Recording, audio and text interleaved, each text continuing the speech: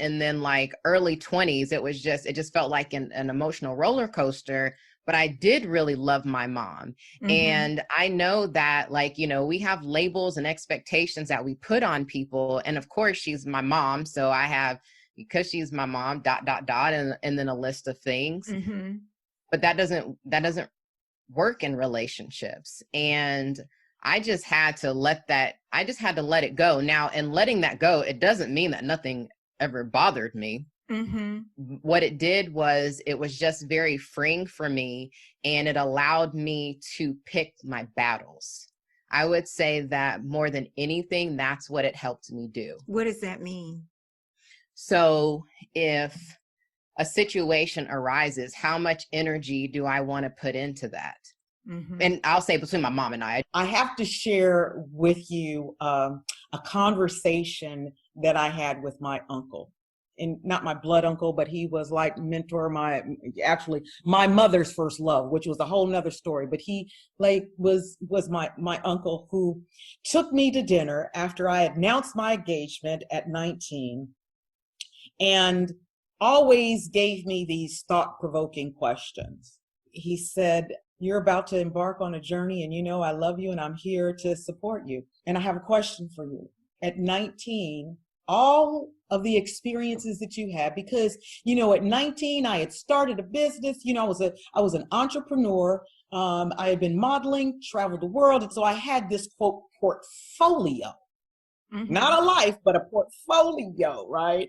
And he said, with all of the experience and the exposure that you've had, and you're about to marry a man almost 10 years your senior who hasn't had the same exposure and experience that you've had, what's going to happen when you awaken to the woman that you become and you've outgrown the man that he is?" Hola, everyone. Let's start healing. I'm Adrienne Murchison, and welcome to episode 61 of the Let's Start Healing podcast. We have more in common than we think, and what we have in common can change the world. My guests today are mother and daughter, and boy, do they have a story to tell. I have had the pleasure of interviewing authors in Kate Butler's Inspired Impact series. You heard Kate on episode 60, and that was a great conversation. She is a book publisher, a life coach, an author. She's amazing. And so my guests today are authors in the book Women Who Empower, and they're mother and daughter, and they also happen to be very good friends of mine. Even the strongest, most loving mother-daughter relationships can go through their ups and downs. I don't know any mother and daughter who has not been through their ups and downs. I don't care how much they love each other. Well, these two love each other deeply, and oh yeah, they've been through some things. They write about it in their chapter in Women Who Empower. It is called Unmasking to Empower. And they write about a time when their relationship was broken and how they got through it. Jaaz Jones and her daughter, Genia Hale, are joining me today. Jaaz has been on the podcast a few times, and I am so excited to have her back and to have Genia on as well for the first time. You will see how they're so much alike in so many ways, and then how they're so different in other ways. And actually, that's how they complement each other. And I think it speaks to the beauty of their relationship.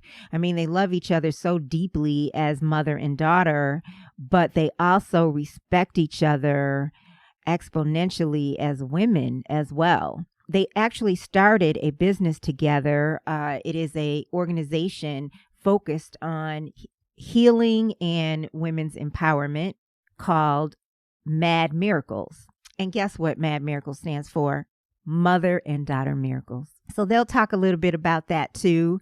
Genia is also known as Joyful Genia because she has a podcast also that's called Create a Magical Day. And she will talk about that. It's pretty amazing. I was actually a guest on her podcast recently. It's a beautiful podcast, a really incredible idea. Just wait until she tells you about it. So let's get started. Let's meet them. and let's start healing. Welcome, Jaaz and Genia. Thank you. So good to be here with you. Feels like a sister Hi. reunion. I know it's a joy to have you here, and I know you both so well. I just want to get to it. I love your chapter in Women Who Empower. I know this is your second book with Kate Butler, right? Not your third, Jaaz? Yes, this is my second. Okay. Yeah. You did Women Who Illuminate. Right. And this is your first, right, Genia? Yes, with Kate it is. Okay. You know what? Because I know you two so well, you know what I was surprised about? I loved how, you two would come in the chapter, how Jaaz starts out and then, here comes your voice, Genia, and then you two go back and forth and you talk about your journey, which I'd like to talk about a little bit. But Jaaz, sometimes you'll bring up how one day, I don't know, 10 years ago or so, you and Genia were bike riding, I think, and she looked over to you and said, "You're my best friend." Do I have that right?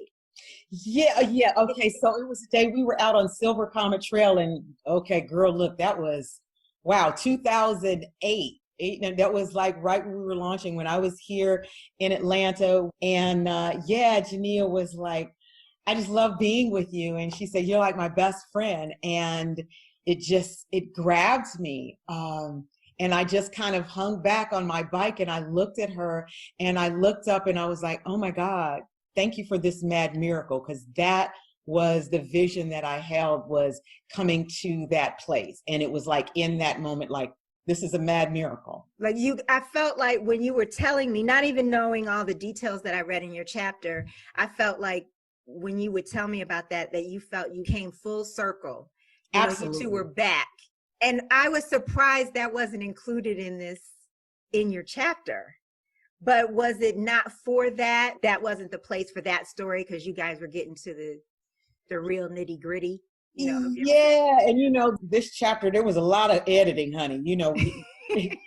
Trying to get that lifetime story down into, Right. 3,000 words.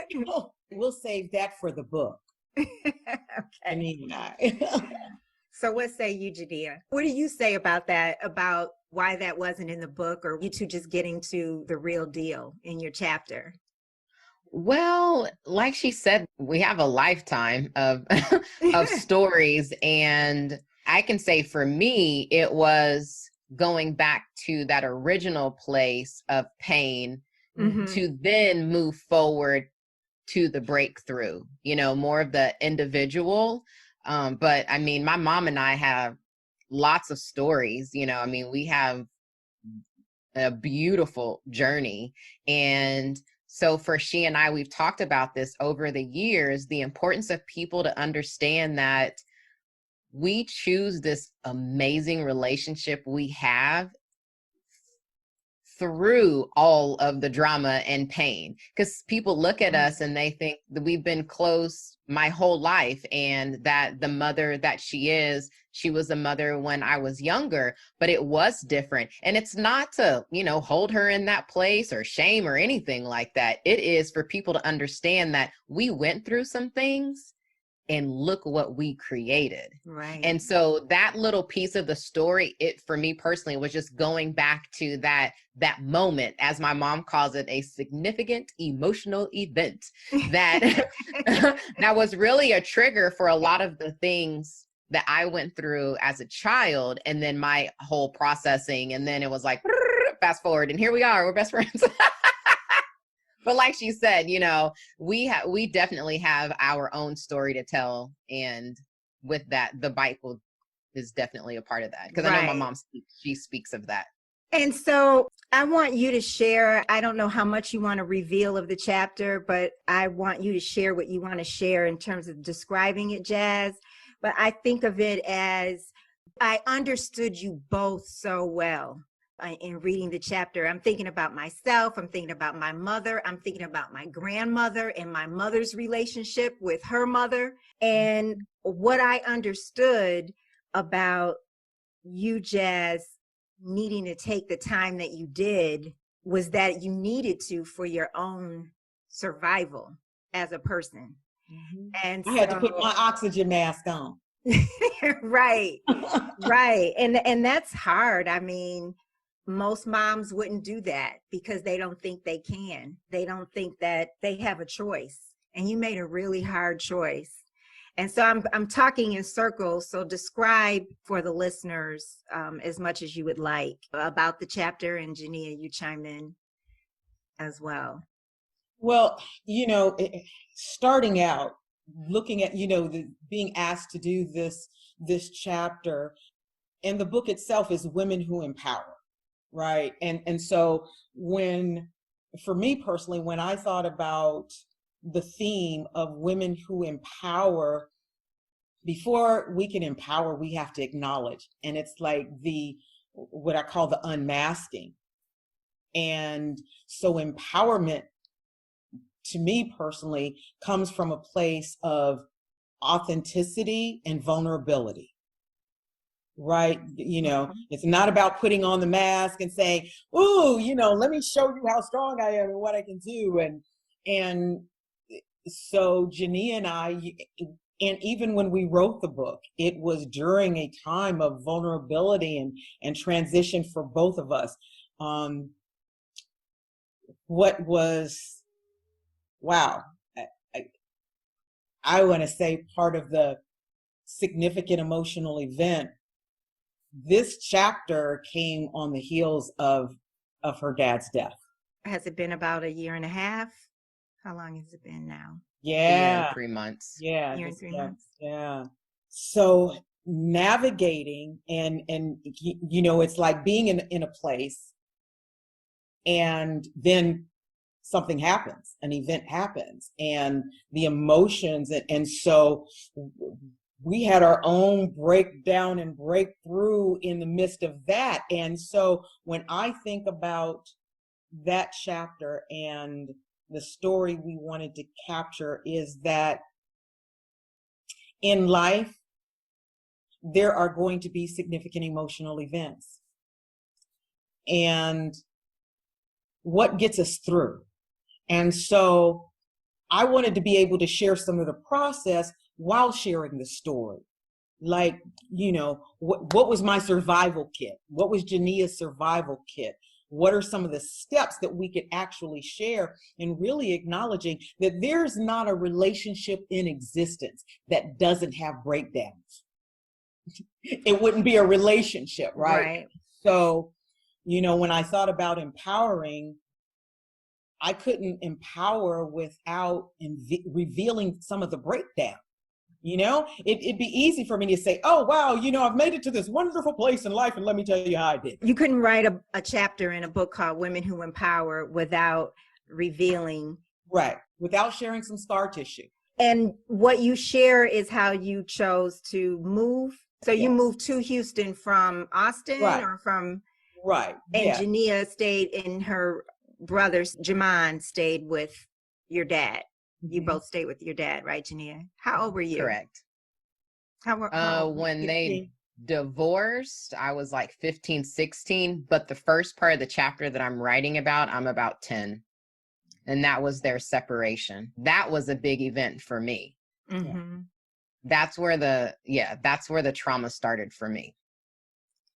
Yeah. Right. So she's sharing from that perspective, and that was a part of the reveal of what is the truth here, and how do you navigate being a wife, a mother, and being authentic, and living your truth, and knowing that along the way, pain, out of our choices, pain comes. And for me, it was about, how do I make choices that are authentic and work from a place of truth and love and healing, and be able to navigate through that. Are you talking about in terms of when you moved, how do you find this within yourself at that time? Or are you talking about... Well, that was really a part of the whole process and journey. As Genia was saying, we separated, your dad and I separated when Genia was 11. And then, we got back together. And then we actually separated again when she was 16, almost 17, and we're separated and divorced a year later. So what I would like to talk about a little bit, and I feel like I have an understanding emotionally of Genia, and I have an understanding spiritually and mentally, I think, of you, Jaaz. And so what I'd like to talk about is how you got through your process and what you were feeling. And for you, Genia, you were feeling what you brought up, a sense of abandonment. I know that you describe coming to an acceptance of your mom, but how did you come to that healing? How did that help you come to a healing and, transcendence? So I'll say that the healing is a journey. Mm-hmm. And but in the moment where I do speak of that, you've heard those moments, like a God moment. Yeah. Like, that's honestly all that I could really say about that. It wasn't something that like I harped on, or I was like, it was just a moment like, God, please help me love my mother for who she is and where she is, because our relationship, there were just it was like a roller coaster for me emotionally. This was when I don't say my whole life, but most of my teenage and then like early 20s, it just felt like an emotional roller coaster. But I did really love my mom. Mm-hmm. And I know that, like, we have labels and expectations that we put on people. And of course, she's my mom. So I have, because she's my mom, ... and then a list of things. Mm-hmm. But that doesn't work in relationships. And I just had to let it go. Now, and letting that go, it doesn't mean that nothing ever bothered me. Mm-hmm. What it did was, it was just very freeing for me, and it allowed me to pick my battles. I would say that more than anything, that's what it helped me do. What does that mean?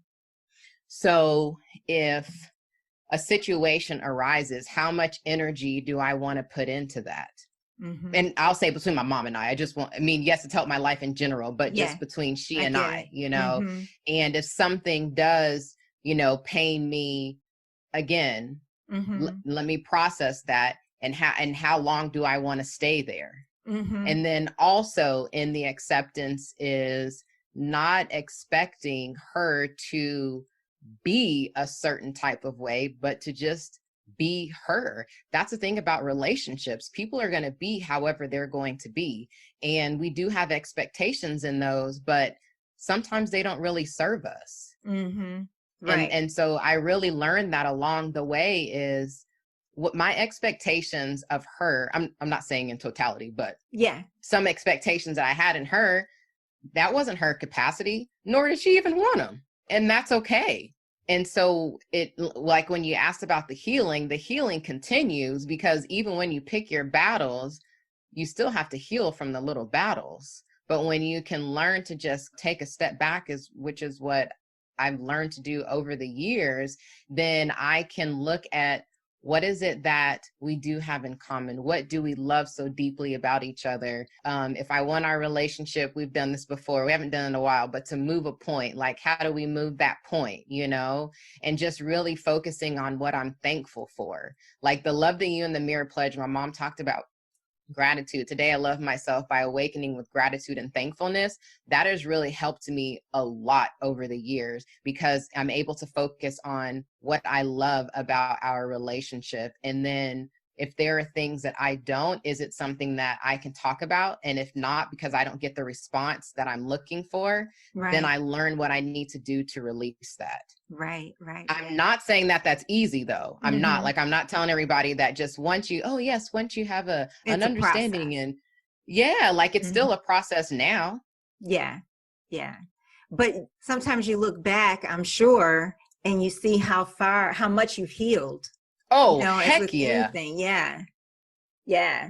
And Jaaz, there's so much, you amaze me. You amaze me because since I've known you, I always want to say, well, Jaaz, how'd you get over this? How did you deal with that? As the years have gone by and growing in my own spirituality, I think it's a choice. Like what I think you've been saying, Absolutely. you know, Yeah. Genia, that it's a choice. Like, how do you not carry this? It's a choice, and it's a process too. Yeah. But it seems like you start from there. And so first, would you speak to what you needed? I know I asked you this before, but what was it inside where you didn't feel whole? Did you feel like you didn't have the voice that you have now and it was in there somewhere? Or what did you feel you needed? So a couple of things. One, I was going through this process of healing with my mother and our relationship. And I met their dad when I was 16. And I know you're familiar with our Mad Metamorphosis program, but there's a piece that I call Imagine a Girl Who. That was the healing process that I went through with my mom of not making it about the label my mother, but imagining a girl who, like if in the instance of my mom, if I grew up and both of my parents had died and I was left to raise myself, and I went through this process of the iteration of her life, right? And so I granted myself that to take myself through that.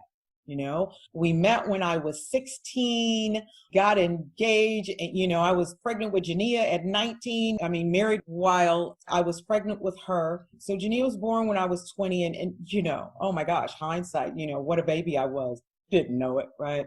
I thought I was the wise woman of the world.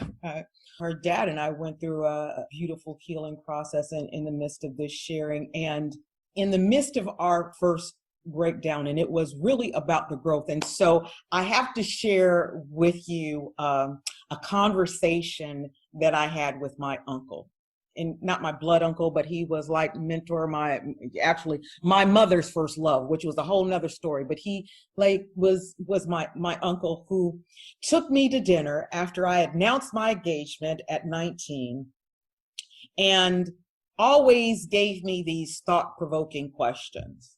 He said, "You're about to embark on a journey, and I love you and I'm here to support you. And I have a question for you. At 19, all of the experiences that you had, because, at 19, I had started a business, I was an entrepreneur. I had been modeling, traveled the world. And so I had this quote portfolio, not a life, but a portfolio, right? And he said, with all of the experience and the exposure that you've had, and you're about to marry a man almost 10 years your senior who hasn't had the same exposure and experience that you've had, what's going to happen when you awaken to the woman that you become and you've outgrown the man that he is?" Did you have an answer? Girl, now, of course I did at 19. I was like, oh no, let me tell you, this is how the program's gonna work, right? Okay. We're gonna travel this path together, and we're gonna, I had it all figured out. Yeah, no, we're gonna evolve together, and that, of course, that just really wasn't the case. And, so part of the epiphany, and when Genia mentioned about being 10 and we went through the separation process, there was this juggling of me choosing my life, and the dynamic of how he thought I should show up. How Genia's dad thought you should show right. up? Right. Yeah. So when you asked me how I got to where it was, one of the things that I find that in relationships and having become a coach and just being involved in that so often the very thing that we're attracted to is the very thing we're most fearful of and what repels us. And something her dad used to often say is, I know that you have the potential that one day you're going to become famous and, you're going to do all of these great things and you'll leave me. And I was like, well, that doesn't make sense. No, I wouldn't do that. You got my back, right? We're a team, right? But there was also the discomfort of the lifestyle that I did choose. I had an event planning company. I was traveling, kind of doing my thing. And so part of the battle and the breakdown was this back and forth of a choice. It was just really, what I chose for a life that what he once loved just didn't really fit. Mm-hmm. And it was my own epiphany. And I expressed that what I came to realize, and it wasn't about him, wasn't about anybody. It was reflecting back on what my uncle said, which is why I shared that. And that is, I gave myself to someone else before I ever gave myself to me. So was it a matter of you not knowing how to give your children what they needed in that moment until you went through that process? Well, no, it was just in the relationship. We grew out of an alignment, and it was making a choice of what's the healthiest choice for all concerned. One thing that I knew is that they were in a stable environment. I didn't want to disrupt that environment. And yeah, it's what I called my King Solomon moment, right? Mm-hmm. Do I let go, which is thus the Mad Miracle bike ride, to let go, to give up the battle by forsaking war, right? Mm-hmm. Not making it an all-out war. Our relationship was not emotionally healthy, really, for either one of us at the time. How did you get through the understanding, the real understanding of the pain that Genia was in? That is real. I look at you two, it's not the same dynamic at all, but I think about my mother and my grandmother, and I have so much admiration for you, Jaaz, to be able to write this chapter, for you to have worked through things and to be able to speak it on the page. Because my mom and grandmother, my grandmother became pregnant with my mother at 14 and had my mother at 15. And basically they were in the same house, but my great grandmother raised my mother. And so they never had the relationship that she and I had, and they were close, but they never had that same bond that we had. And I don't think my grandmother could have acknowledged. She ended up acknowledging some things to me actually in the last days, of her life. Mm-hmm. But I don't think she could have, gone to the depths of the things that you seem to have acknowledged. And I'm just wondering how that landed for you. How did you cope?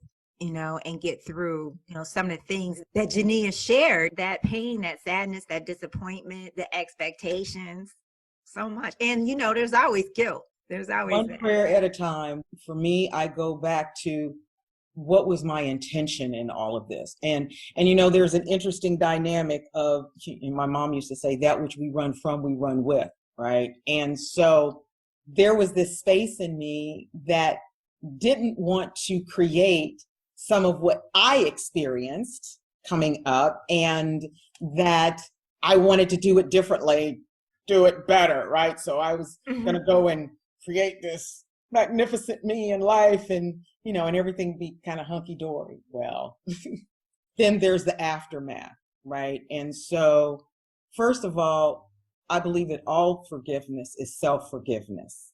Absolutely. And so that was really the job. That was really the journey. When I left for my healing, girl, honey, a whole lot of stuff took place, whole lot of breakdowns and, detours and derailments. And so it's not like it was some etheric, like, oh. Okay. No. I mean, just, like you said something, Genia, you said about the little battles. I think about my mom. If I would tell her certain things, if I really said how I feel about something, I would feel like I shot her, really like I shot her. And that killed me. So I just wouldn't even say anything. It's not worth that battle. And so, like, I understand that part of it. And I just want to understand your part of it. Like, you listen to those things. You listen to her. Mm-hmm. And just, can you describe how that? Say that I didn't feel it. Oh, please. Girl, if I had the tissues for all of the tears, and it's not that I was slinging, I would save a few hundred trees. So I felt it. But this chapter, Unmasked to Empower, was, so what got me through was, first of all, recognizing that I honored Genia for her experience and what she felt. And I also honor myself for my experience and what I felt. Mm-hmm. And what I know in the core of my being is that every step that I made, every hard choice, it was out of love. Mm-hmm. Even some of the stuff that was screwed up, it was like, as Maya Angelou used to say, when you know better, you do better. And the better I knew, the better I did.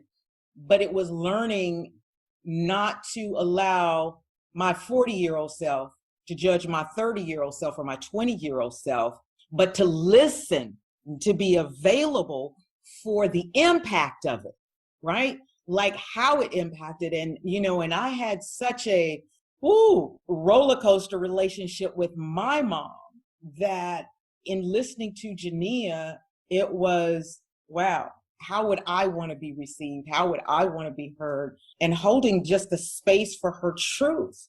And, holding the space for her truth doesn't deny mine. Right. And so, like you mentioned guilt, and that's an emotion that just doesn't fit in the realm of my life.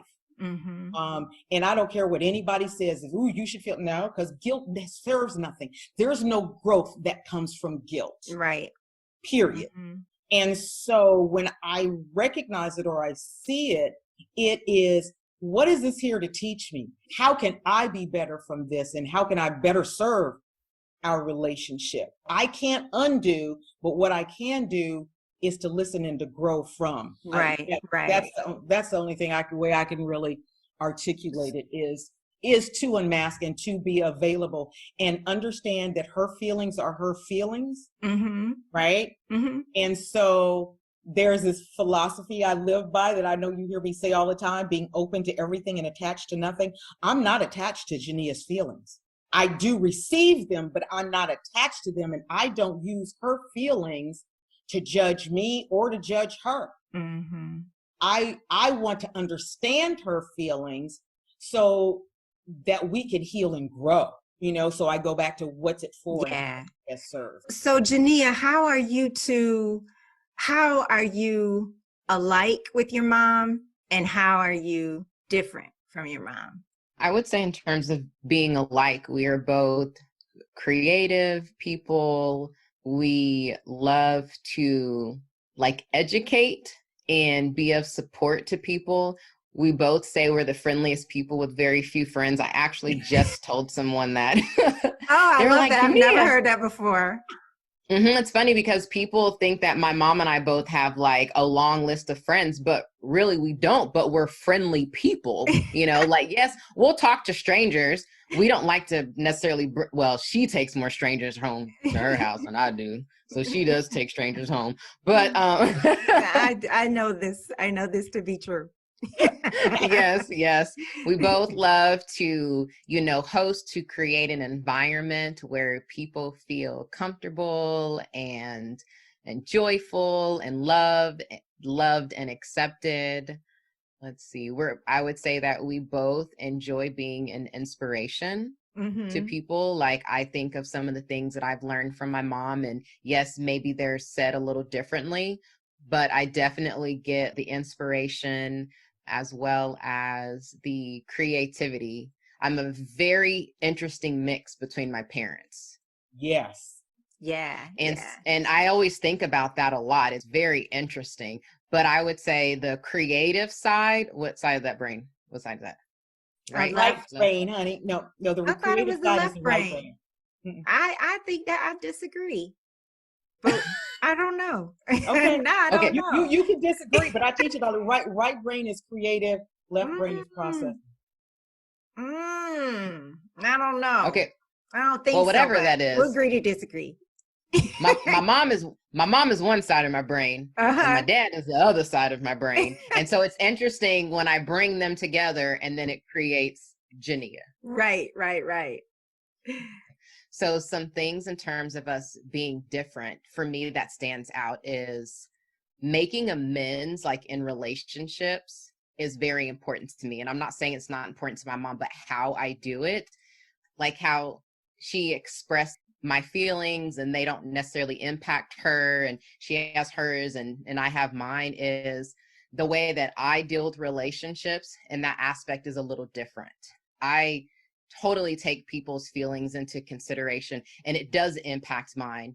And I like to talk about the processing of that and what are some things that I could do if it's a relationship that's important to me that can help them feel more comfortable, more seen, valued, appreciated, etc. And then we can evaluate if I have that capacity to do that.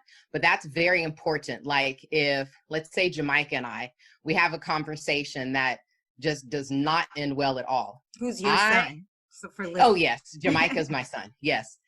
I won't let hardly any time pass. I'm like, okay, cool down. 20 minutes? Okay. And then and then I will call him or I will text him immediately and say, okay, so that conversation, that didn't really go very well. Can we kind of talk about that? I do that. And I'm very proactive in that aspect because I know what it feels like to not feel like my feelings mattered. And one thing that my mom, she doesn't do it anymore, is she used to say, basically just get over it in terms of the feelings. And I know that was a way of not holding on to that. So then you can keep moving forward. But when you're younger, you don't necessarily have that processing. And even when you're an adult, it's still harder. You have to, for me personally, in my relationships, I want people to know and feel that I really care about their feelings. And I really want to work with them together for the healing to take place. Now, if it's something they have to do solo, of course, because we, whatever comes up, it's something that's deep on the inside, but that acknowledgement is very important to me. So I would say that part is for me, when I even listen to her now, is a big difference. Right. I get that. So Adrienne, can I just add a little something? Because I don't want any of my coaching clients out there listening thinking I have misled them the wrong. Yes. So I'm going to share with you from Miss Jaaz. neuroscience that the left brain is more verbal, analytical, and orderly than the right brain. The right brain is more visual and intuitive and creative. So I just wanted you to. Okay. Yeah. So that future reference. It's the foundation of my coaching. And All right. I'm going to leave it alone. All my coaching clients, I've been leading you guys the right way. I just want you to know. I'm going to leave it alone. Online, I'm going to leave it alone. So what do you get, Jaaz, from Genia? What aspects of her, as a person and her personality and her spirit just enrich you? Oh my goodness. Well, she's my magical Miracorn butterfly princess. When Genia was born, I named Genia Jeanne, because it means royal purpose. No matter where we are in the ups and the downs, that she is, she's my barometer, right? Yeah. The navigation. And as she said, she's a beautiful mix between her dad and I. Right. I think she got the best of both of us. And then she throws in a little mix of her own, she got some little annoying habits from both sides, just to keep it interesting. And then she's got some of her Mimi in there, and her Mimi is the processor. Things have to be done just like this, my lovely germaphobe. And so she has, these beautiful idioms of my mom that I love, even as she talks about how she connects with people, that empath part of her, which was a part of her dad. But, I see how she operates with some of that a lot like my mom, which I'm more aware of than she is, just, just in terms of me growing up. But right. Like my mom, one of the greatest inspirations about my beautiful, fabulous daughter that light up my heart is she's whimsical. She is what I birthed in my imagination. She is the ultimate Miracorn princess. And it's like authentic. Right. You're very whimsical. She is. And that, that whimsicalness about her, it's a light to my heart. And so in contrast, she can also be very deep and moody. And so it is in the swinging of her pendulum that I love being the witness to, and joining on the ride in the pendulum. I so love and admire the woman that she's grown into, like seeing her become her woman. I've seen her grow from her insecurities and her uncertainties about her voice. Yeah. Her voice. And now I'm like, ooh, look at my baby holding it down, holding the room, holding the space, She reminds me that you can live your fantasy real. Mm. Yeah, you can live from this miracorn, beautiful, whimsical place in very real day-to-day processing. Yeah. The chapter is Unmasking to Empower. Mm-hmm. And well, first, I want you to discuss Mad Miracles. Well, Mad Miracles, Mother and Daughter Miracles, Mm-hmm. transformational training company, left brain, right brain company, if you will, in that the transformational aspect is really, it's like as Genia was sharing at the top of our discussion, how can we be a gift and share our journey, our practices, our tools to help and heal others? And so we conduct a series of workshops very much online now. We host, along with Kev Co from Soul Body LA, we host Taste of Transformation, which I would say is just right now one of I won't speak for all of us, but I will speak for all of us. It's a real passion. I mean, we get to be accountability partners with one another while supporting others in their own healing. And so we do these workshops online about every 6 to 8 weeks. So every other month, we host a Taste of Transformation, and we're going back into, now that COVID is, kind of lifted and we're getting back into gathering, our Mad Getaway, which is really more about that sistership and healing mother-daughter relationships. So we have one that we're going to be doing in Tennessee, and that's really what I call the gathering of the heart and soul. Mm-hmm. The way I would describe us is that, I was just sharing this the other day in terms of our marketing, that Mad Miracles grants you your MBE to successful transformation, mind, body, and emotion. Mm-hmm. And a Taste of Transformation, I really initially start with the mind. How are you thinking? What are you thinking? Kev takes us through the body, and then Genia takes us through those emotions with the cord cutting. Mm-hmm. So you leave with your MBE when you go through. Beautiful. Is that a one-day workshop? Is it over a course of a couple weekends? Well, it started out when we were initially deep in COVID, 2 days, mm-hmm. But it's now a one-day workshop, so people can chime in and hang out with us for the day to go through the process. And then next level, we have the live getaways that are weekend getaways. Okay. Yeah. And then if people want to know more about it, how would you like them to contact you? Go to social media, email? madmiracles.com. Go to the website. The website. All of the great things. And we are on social media. So Mad Miracles fan page on Instagram as well as on Facebook. Mm-hmm. And LinkedIn, we're Mad Miracles. Okay. So yeah, that's where but I do want to say on the other side, which is the right brain side, which is more of the developmental training, and that's the aspect that I really focus on, is diversity and inclusion. Mm-hmm. Because that's so pivotal in terms of our society right mm-hmm. now. So I have a program that's called Dive Into the Divide, and Dive is diversity, inclusion, and values equals empowerment. And what is that program? And that program, primarily doing, facilitating in the corporate environment, diversity training. So from a corporate and organizational structure. And I just so wanted to speak to that because our world, the pendulum, is gone through such extremes, and we're still experiencing such a height of emotion.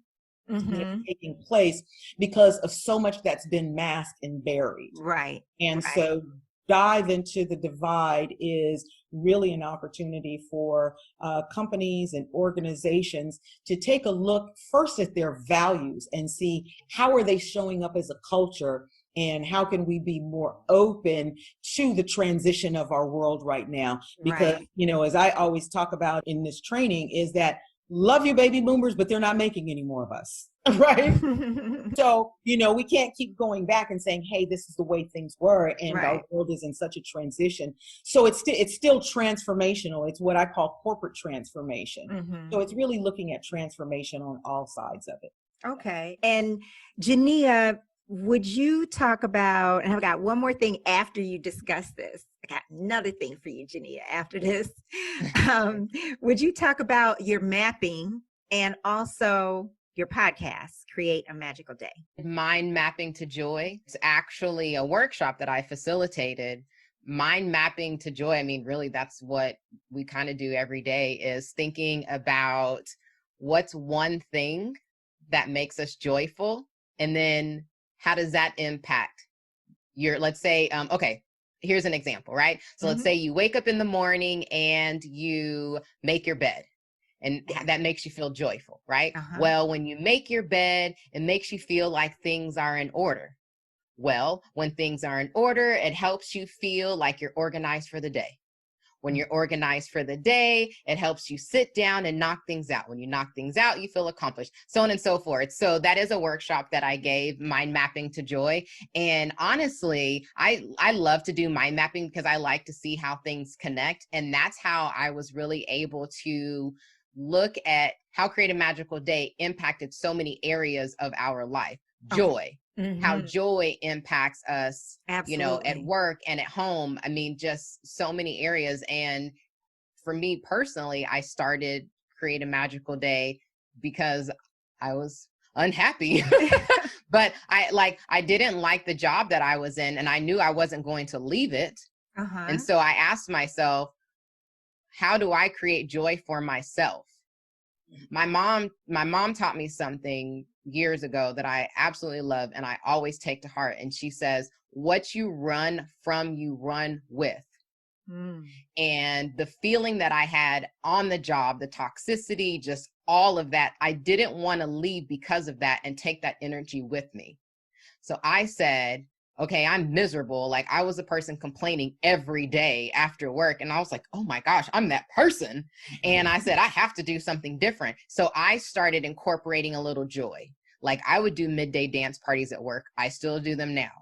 I would take time to write in a journal. I would draw silly little pictures of myself and words of affirmation. I would write gratitude cards to my coworkers. So anyway, it made me really start thinking, I know that I'm not the only one that's in situations where they're not joyful. And knowing that we have the power to create joy in that. So when you're talking about the mind mapping, that is like a small exercise, but it's just really, how joy plays a huge part in our life. And I also really hone in on the fact that joy is not a place to get to.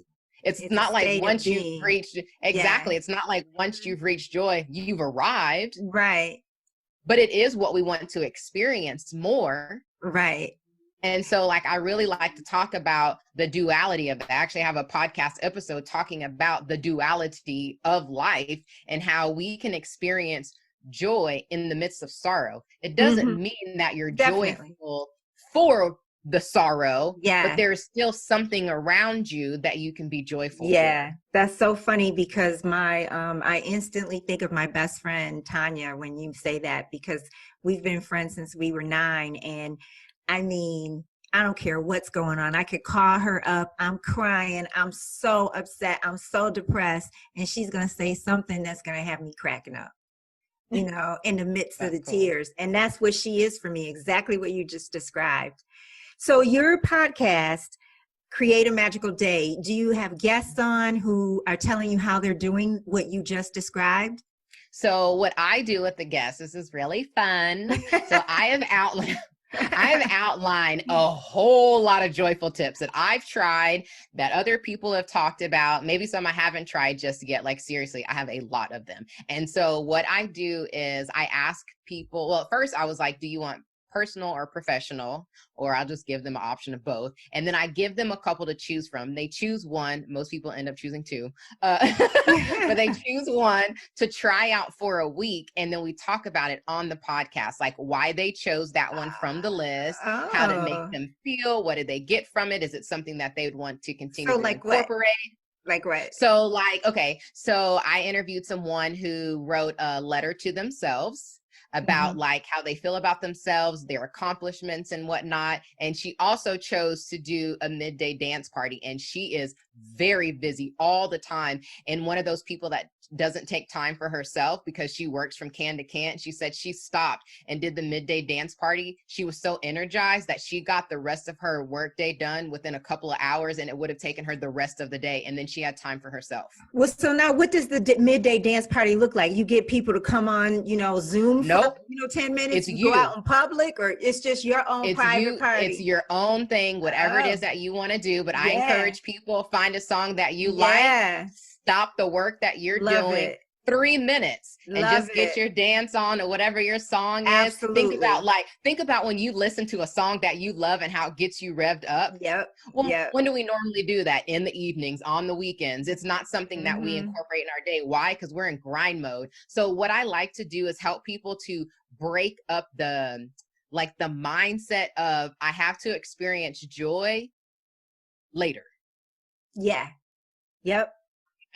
And another lady, she took breaks and went outside, and she would go on bike rides with her kids because she was working from home. Another lady, she chose to hug trees. So every day for a week, she hugged a different tree. Oh, wow. I had another person listen to mindfulness meditation, and we talked about that. So it's just a number of tips, and then they, try it out. And then because this is, for me, the whole point of the podcast is I want regular people listening to regular people. Incorporate joy in their life. Yes. Yeah. It doesn't matter what your social status is, your income, your race, or anything like that. Because sometimes we may say, well, I can understand why she's happy because she lives in $1 million home and drives a rose gold G-Wagon. That is my dream car. So no, but I'm saying, because we do a lot of comparisons, right? And so I really wanted to bring people on. I'm not saying I actually do have an actress that you'll hear on my podcast, but I have normal everyday people that are trying these tips out. And so I want people to hear and say, oh, well, you know what? Maybe I can try that. People just think I'm happy all the time just because. Well, you do have, a pure joy about you, but I do get the other side that can be, deep and moody sometimes too. Right. But what you're talking about is so real. I'm going to try that out. I was just saying to somebody first of all, that exactly what you described, being in the grind all day long. And it's been a challenge. It's, especially during this pandemic, of being able to just break out, like you said. I have a friend who's a life coach, and she said her clients, that's all they talk about is how much during the day they're trying to just take 5 minutes to just take a time out, and how hard it is.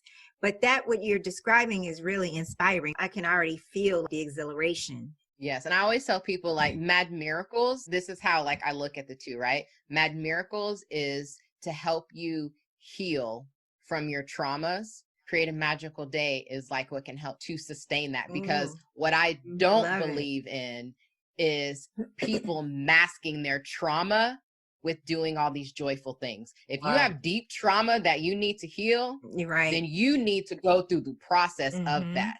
Create a Magical Day, it's more of maintenance in your life. Yes, you can still incorporate these activities, but I know people personally, I send them tips all day long. We talk about them, and it does not matter what they do. They cannot smile at all. And that's because there's the deep trauma. And that is something for instance, exercises and workshops that my mom and I do through Mad Miracles. That's why I love the two of them and how they complement each other so well. And then she has Chi Up with Jazz, where you just move your body and you breathe.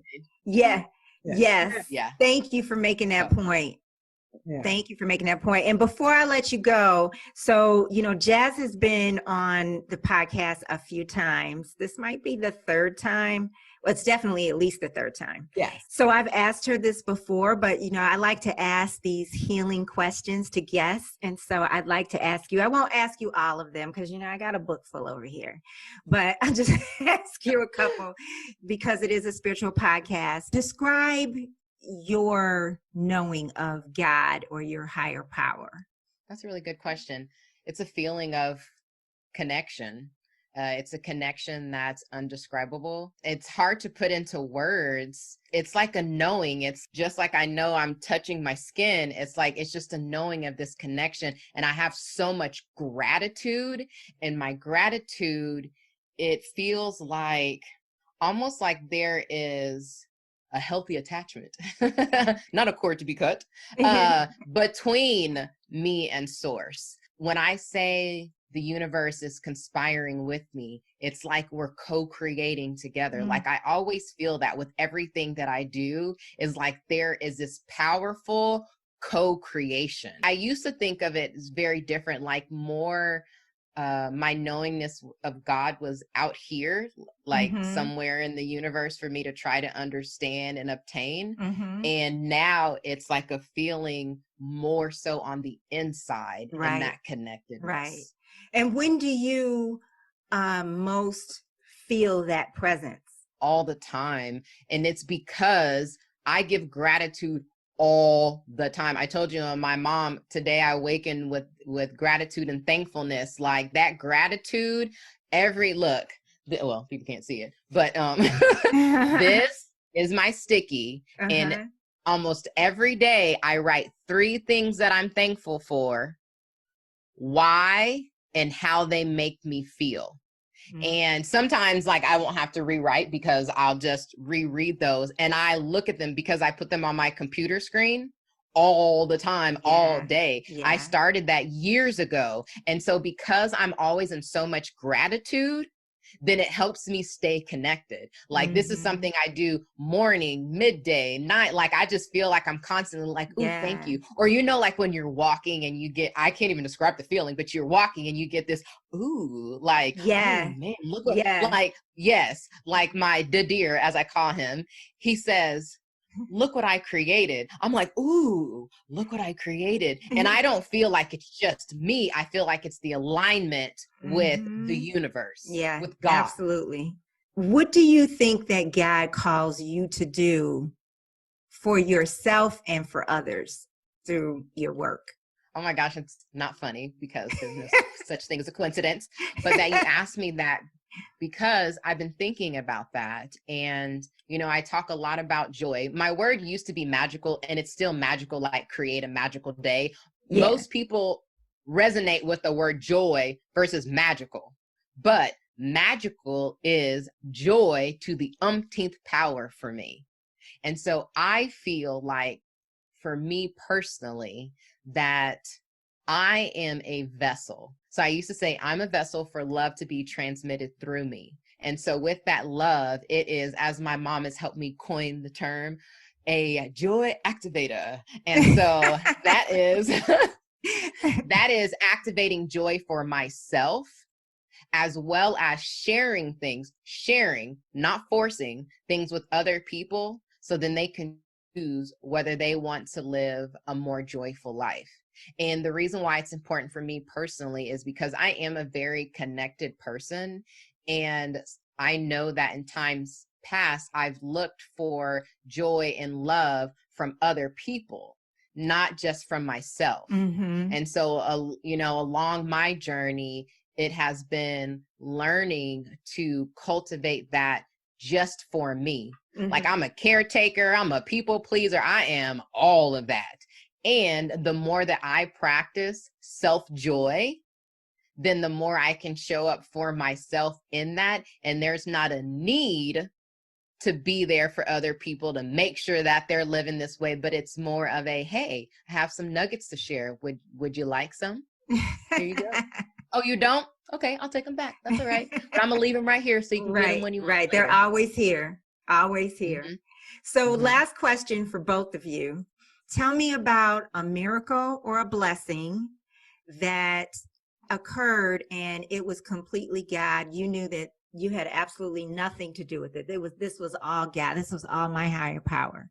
Okay, so Mom, you look like you're thinking, so I'm just going to chime in because there are a lot, but this is something, and we talk about this like just random moments. So it was my mom, Dadir, and I, and we were driving through like, because he's my other dad.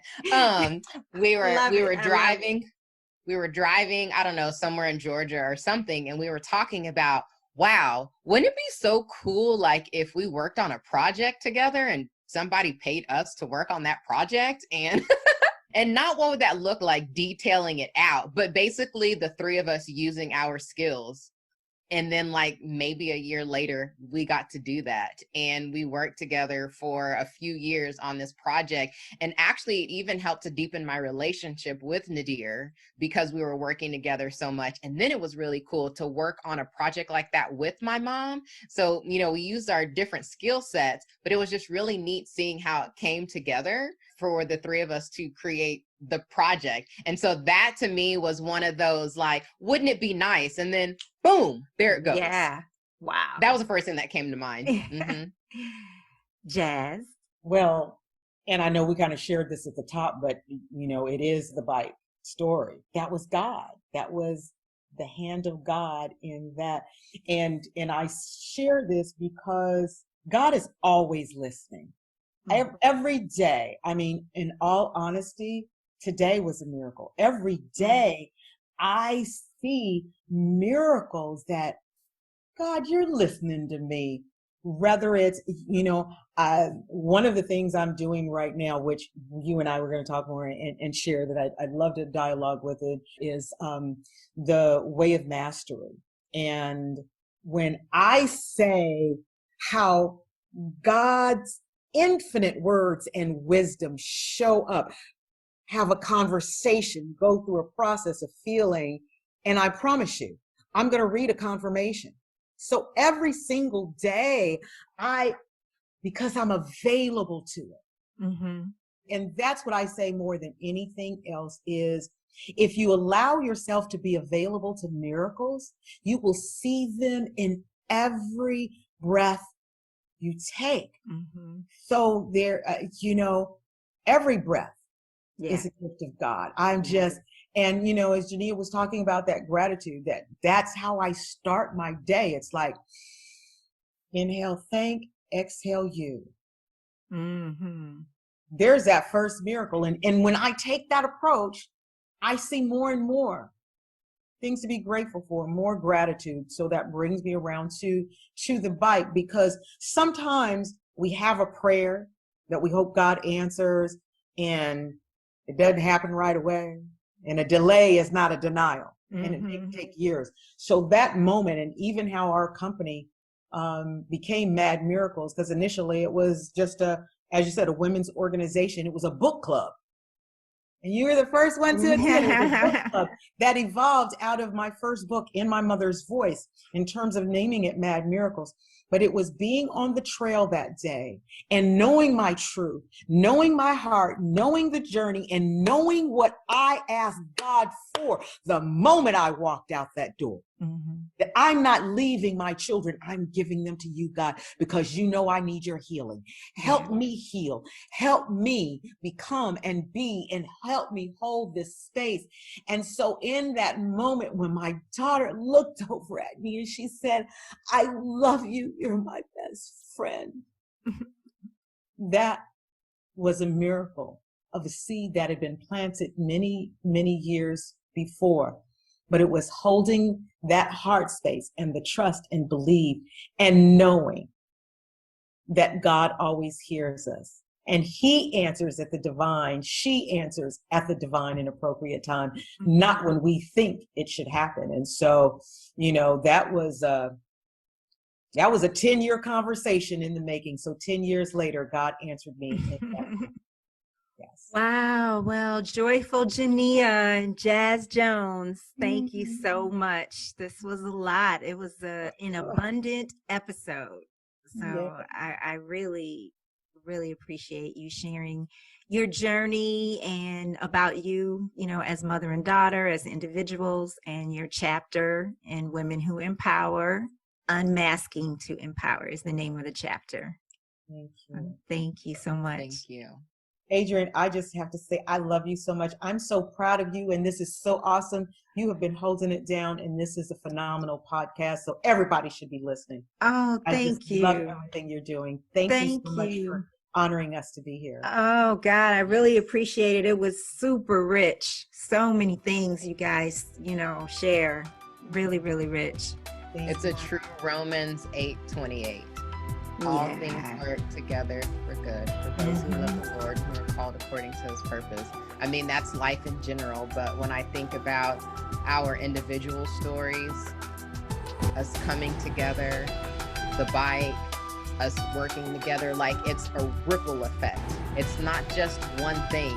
It's a culmination of things that brought us to that place, and that place will continue to take us further. Thank you for joining us. And you can actually find Genia's podcast, Create a Magical Day, on traditional platforms. And you can obviously find all of our Let's Start Healing episodes on traditional platforms as well. That's Apple Podcasts, Spotify, iHeartRadio, and our podcast YouTube channel. Until next time, let's start healing.